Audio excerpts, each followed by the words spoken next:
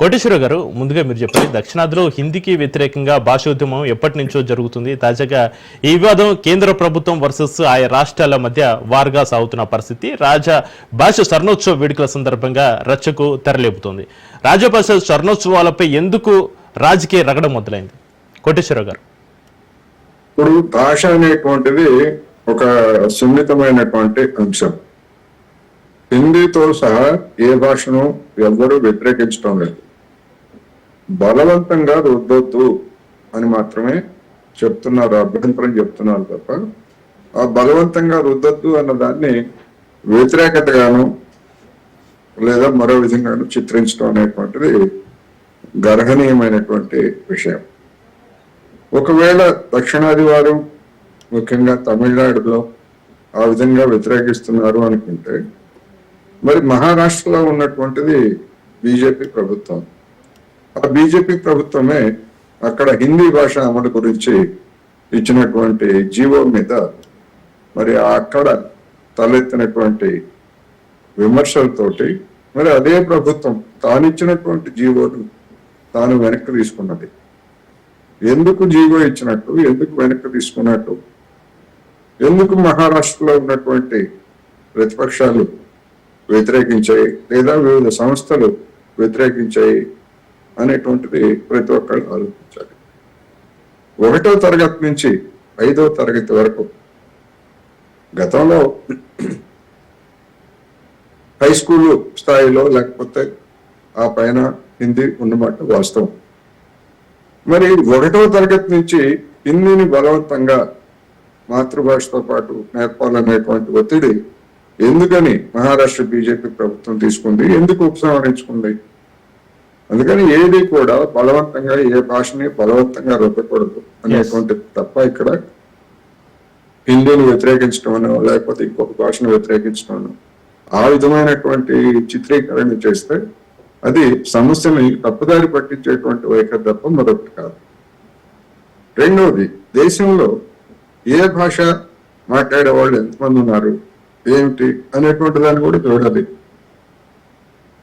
73.4% మంది హిందీ ఏతరులు ఉన్నారు దేశంలో.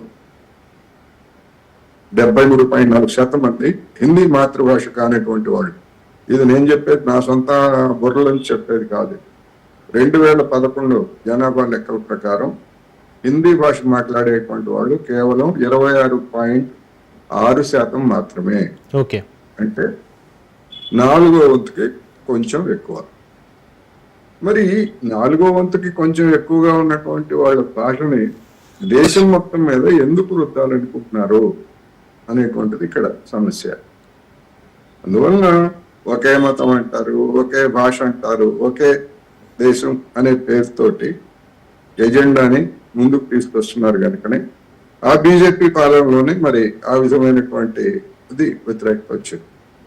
రెండవది, దేశవ్యాప్తంగా చూసినప్పుడు 8% వరకు బెంగాలీ భాష మాట్లాడే వాళ్ళు ఉన్నారు హిందీ తర్వాత.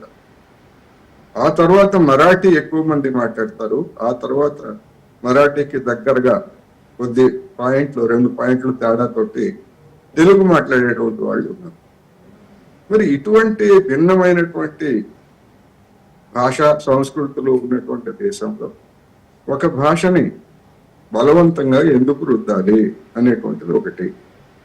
పోనీ హిందీని బలవంతంగా రుద్ది హిందీని నేర్పిస్తే అది ఏమైనా ఉపయోగపడుతుందా, ఎంత మేరకు ఉపయోగపడుతుంది అనేటువంటి మరొక ప్రశ్న. మళ్ళా భారతదేశం బయటకు వెళ్ళిన తర్వాత మరి మాట్లాడేటువంటి వాళ్ళందరూ అమెరికా కావచ్చు, ఐరోపా కావచ్చు, లేదా చైనా లాంటి దేశాలకి, ఫిలిప్పైన్స్ లాంటి దేశాలకి విద్యార్థులు చదువుకోవడానికి వెళ్తున్నారు. వీళ్ళందరూ వెళ్తున్నారు. మరి ఎక్కడ హిందీ ఏమైనా ఉపయోగపడుతుందా అనేటువంటి చూసినప్పుడు మన అనుభవంలో అటువంటిది ఏం లేదు. ఇంగ్లీష్ మాత్రమే ఉంది. లేదు, చైనాలో మెడిసిన్ చదివినటువంటి విద్యార్థులు కావచ్చు, లేకపోతే ఉక్రెయిన్ లో మెడిసిన్ చదివినటువంటి విద్యార్థులు కావచ్చు, లేదా ఇంకా అనేక దేశాలకి మన దేశం నుంచి మెడిసిన్ చదవడానికి వెళ్ళారు. వెళ్ళిన వాళ్ళ యొక్క అనుభవం ఏమిటి? ఆయా దేశాల్లో చైనీస్ భాష ప్రాథమికంగా మొత్తం ఏదో పండితులైపోతారని కాదు, రోజువారీ అవసరానికి పేషెంట్స్ తోటి మాట్లాడటానికి అవసరమైనటువంటి చైనీస్ భాషని కంపల్సరీగా అక్కడ నేర్చుకోవాల్సి వచ్చింది కదా. అందుకని అదే విధంగా ఉపాధి కోసం వెళ్ళేట్లయితే ఇవాళ జర్మనీ వెళ్తారు, జర్మనీ వెళ్ళేట్లయితే వైద్యులు జర్మనీకి వెళుతున్నారు అనేక మంది. ఆ వెళ్ళినటువంటి వాళ్ళు మరి అక్కడ రోగులతోటి ఏం మాట్లాడతారు? జర్మన్లకి ఇంగ్లీష్ రాదు, కొద్దిమందికి వస్తే రావచ్చు, కానీ అక్కడ మాతృభాష మొత్తం డామినెంట్ గా ఉంటుంది. మరి జర్మనీ భాష అక్కడ నేర్చుకోవాల్సిందే కదా, వైద్యులు కావచ్చు లేదా ఇతరులు కావచ్చు. అటువంటి పరిస్థితుల్లో ఇవాళ ప్రపంచీకరణ గురించి ఒకవైపు మాట్లాడుకుంటూ బయట దేశాలకి వెళ్ళడానికి అవకాశాల గురించి మాట్లాడుతూ హిందీ మీద ఎంత పట్టుదల ఎందుకు అనేటువంటి సమస్య. స్వచ్ఛందంగా వదిలేయండి, ఎవరు కావాలంటే వాళ్ళు నేర్చుకుంటారు. అవసరమైతే ఇవాళ అనేక మంది ఐఏఎస్ ఐపీఎస్ అధికారులు ఉత్తరాది ప్రాంతం నుంచో లేకపోతే ఇతర ప్రాంతాల నుంచో తెలుగు రాష్ట్రాలకు వస్తున్నారు. మరి వాళ్ళకి తెలుగు రాదు, కానీ ఏం చేస్తున్నారు? కలెక్టర్లు కానీ ఎస్పీలు కానీ లేదా ఇతర అధికారులు కానీ ఇక్కడికి వచ్చిన తర్వాత అనివార్యంగా భాషను నేర్చుకుంటున్నారు కదా.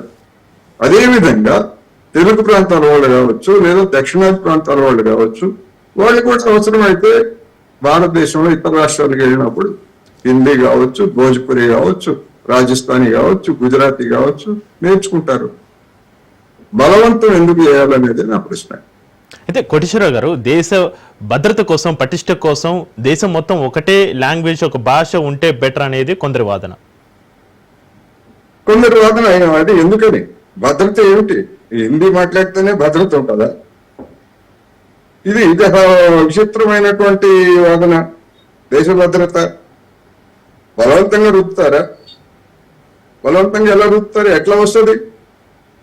మన పవన్ కళ్యాణ్ గారిని మాట్లాడుకోనండి, ఆంధ్రప్రదేశ్ లో వచ్చి జనసేన కార్యకర్తల సమావేశంలో హిందీ ఉపన్యాసాలు చేయమనండి.